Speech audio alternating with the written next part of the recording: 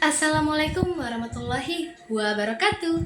Hello everyone, welcome back to my video. I'm Sain Kaila Matswasifa and you can call me Bright.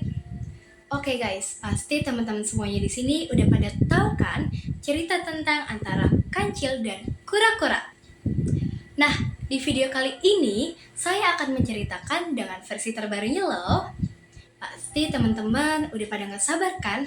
Kira-kira versi terbarunya itu seperti apa sih? So, tonton videonya sampai habis ya. Jadi, pada suatu hari, ada seekor kancil dan kura-kura sedang berdebat. Mereka memperdebatkan siapa sih yang larinya lebih cepat. Akhirnya, mereka menyetujui jalur tertentu untuk bertanding.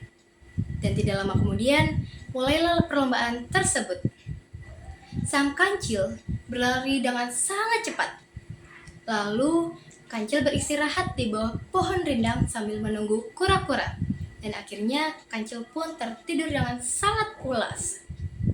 Pada akhirnya, kura-kura lah yang berhasil melampauinya dan keluar sebagai juara. Sang kancil terbangun dan mengetahui bahwa dirinya kalah dalam perlombaan tersebut. So, maksud dari cerita ini adalah mereka yang lambat apabila konsisten akan dapat memenangkan sebuah pertandingan atau kompetisi. Tapi tahu nggak sih guys, ini adalah cerita yang biasa kalian dengar. Dan ceritanya itu belum selesai loh. Sang kancil pun sangat kecewa dengan kekalahannya tersebut.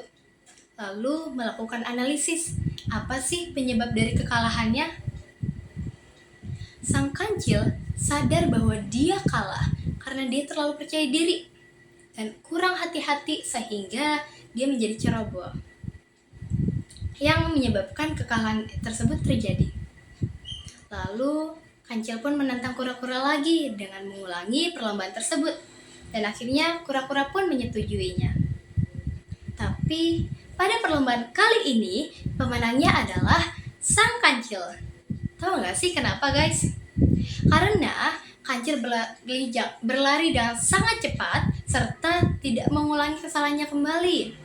Arti dari cerita ini adalah cepat dan konsisten akan mengalahkan yang lambat dan konsisten.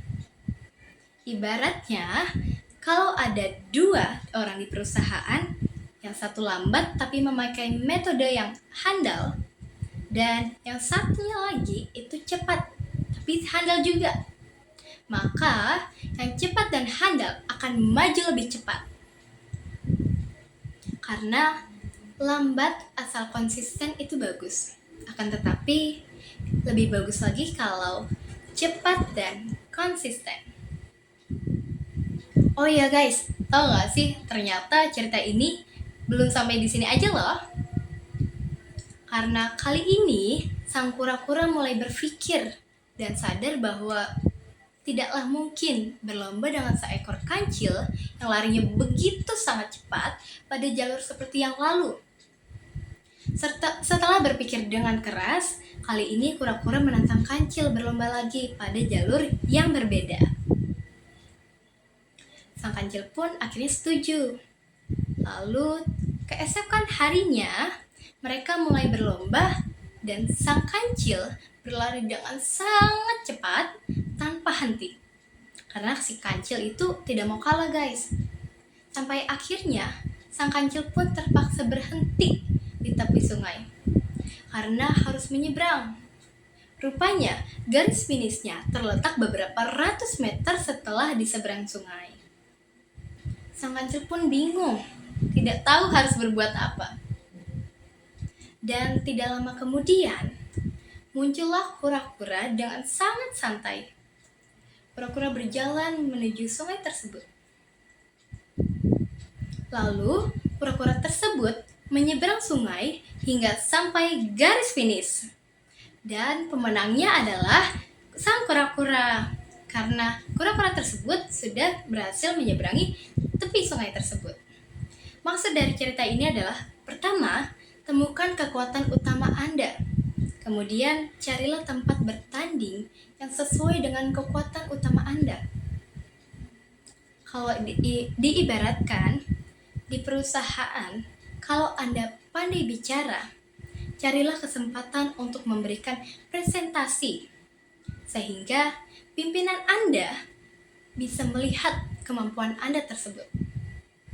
Kalau kekuatanmu ibaratkan adalah mengorganisir, carilah peran untuk mengorganisir sesuatu kegiatan penting, agar perusahaan itu tahu bahwa Anda mungkin pantas menjadi manajer. Oh iya guys, ternyata ceritanya itu belum sampai di sini aja loh. Ada lagi nih. Kali ini, sang kancil dan kura-kura menjadi bersahabat dan mulai memikirkan solusi. Memikirkan masalah bersama-sama. Lalu keduanya sadar bahwa lomba yang terakhir bisa dilakukan dengan jauh lebih baik dengan cara apa? Ya, betul, dengan cara apabila mereka kerjasama. So, akhirnya mereka memutuskan untuk melakukan perlombaannya satu kali lagi. But, kali ini mereka berlari dalam satu tim. Mereka mulai berlari. Mula-mulanya, sang kancil menggendong kura-kura. Pada saat sampai di tepi sungai, kemudian di sini kura-kuralah yang mulai menggendong sang kancil untuk menyeberangi sungai tersebut hingga ke garis finish.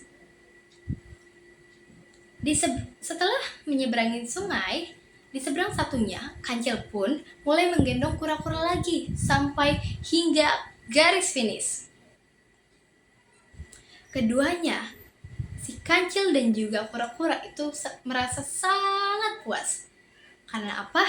Ya, karena berhasil tiba dengan waktu yang jauh lebih cepat daripada lomba sebelumnya.